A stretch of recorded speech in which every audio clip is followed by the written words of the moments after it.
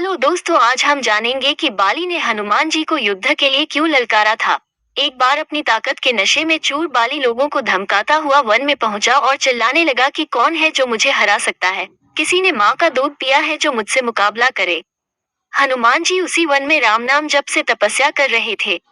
बाली के चिल्लाने से उनकी तपस्या में विघ्न हो रहा था। उन्होंने बाली से कहा, वानर राज, आप अति बलशाली हैं, आपको कोई नहीं हरा सकता, लेकिन आप इस तरह चिल्ला क्यों रहे हैं। ये सुनकर बाली भड़क गया।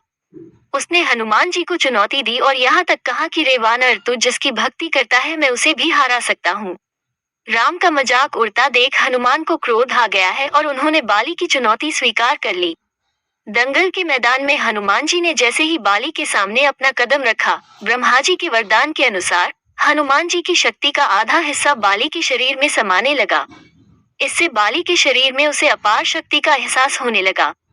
उसे लगा जैसे ताकत का कोई समंदर शरीर में हिलोरे ले रहा हो। चंद पलों के बाद बाली को लगने लगा मानो उसकी की नसें फटने वाली है और रक्त बाहर निकलने ही वाला है।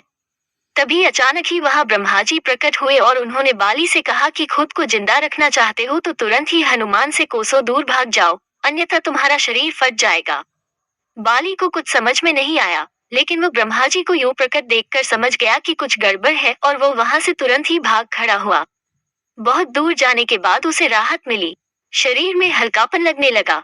तब उसने देखा कि ब्रह्मा जी उसके समक्ष खड़े हैं।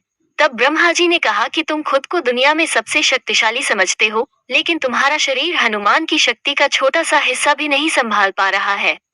तुम्हें मैं बताना चाहता हूँ कि हनुमान अपनी शक्ति का 10वां भाग ही लेकर तुमसे लड़ने आए थे। सोचो, यदि संपूर्ण भाग लेकर आते तो क्या होता। बाली यह जानकर समझ गया कि मैंने बहुत बड़ी भूल की थी।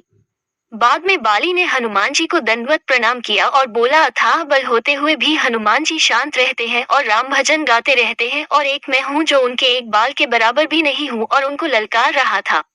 मुझे क्षमा करें। हनुमान, प्लीज दोस्तों मेरे चैनल को लाइक और सब्सक्राइब करें।